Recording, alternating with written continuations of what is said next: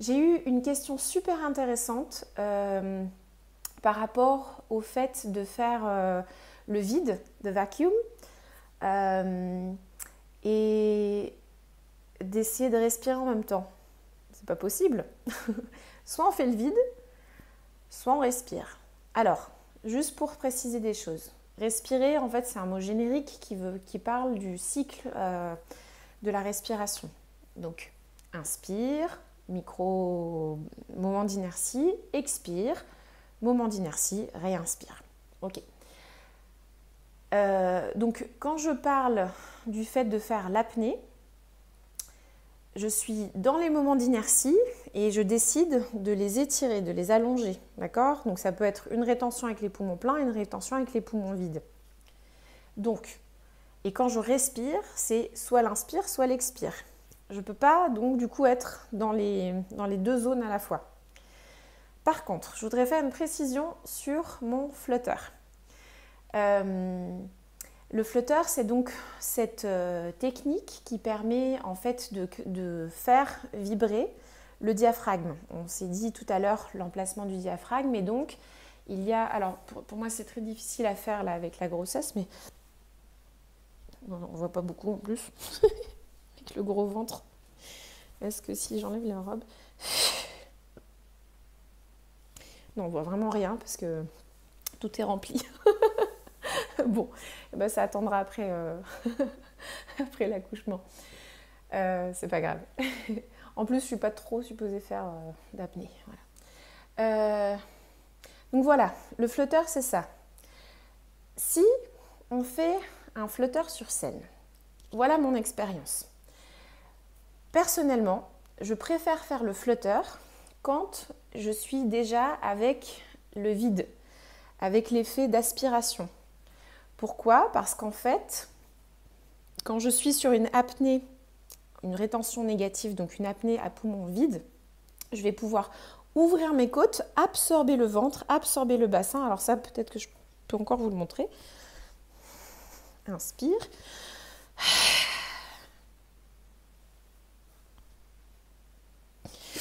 Ouais, c'est vraiment rigolo, mais on voit rien du tout.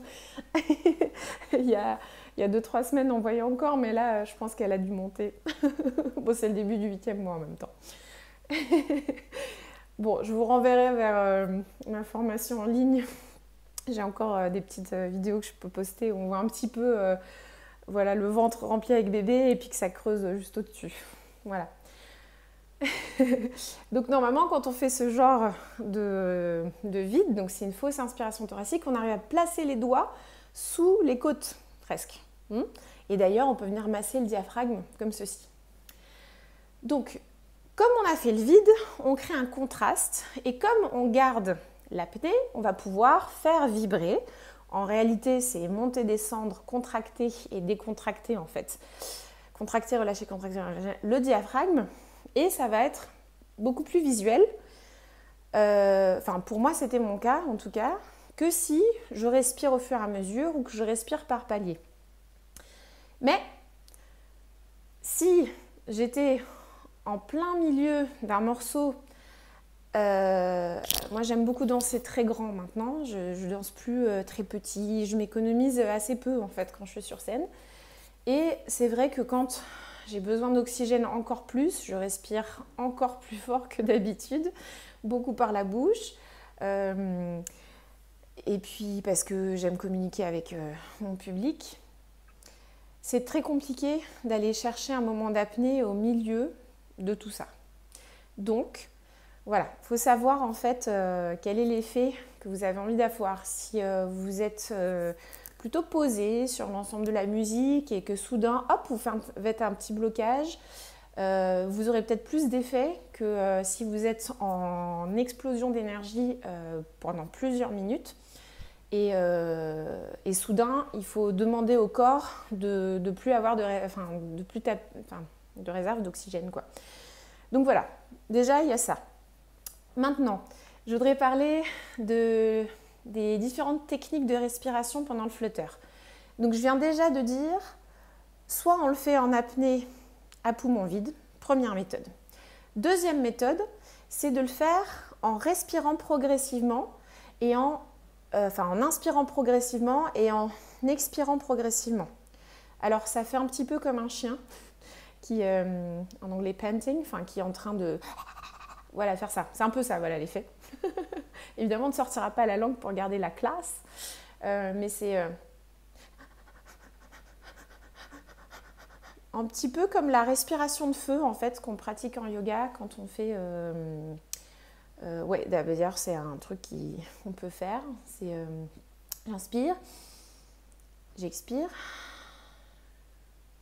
donc je ramène le ventre vers l'intérieur, encore une fois j'inspire, et je ramène le ventre vers l'extérieur, expire à moitié, et de là on va faire inspire, expire, expire, expire, expire, inspire, expire, expire. En fait là je vous dis que expire, mais en réalité il y a inspire entre les deux, c'est une micro-inspire. On peut accélérer.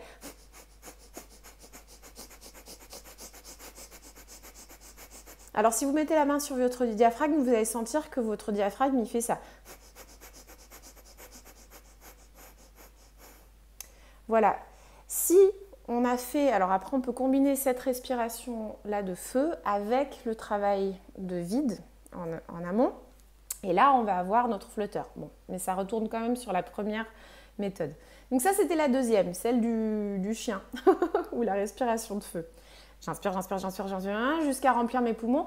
J'expire, j'expire, j'expire, j'expire jusqu'à vider mes poumons. Mais j'ai pas vraiment de temps de pause entre l'inspire et l'expire. J'expire, j'expire, j'expire. Voilà.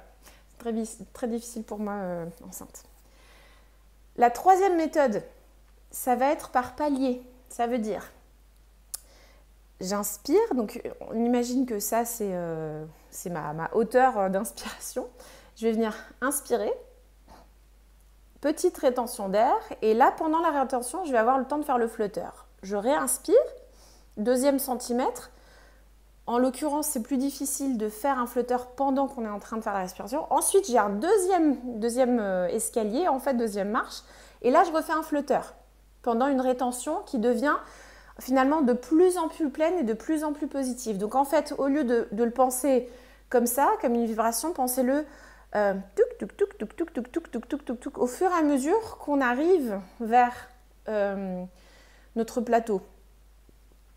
Si je prends une image, dans la deuxième méthode, quand vous faites ça, c'est que vous escaladez un chemin goudronné et qu'on sent en fait, ou peut-être un chemin plein de sable, et on sent en fait tous ces petits grains là qui, comment dire, on monte une dune pleine de sable. Voilà.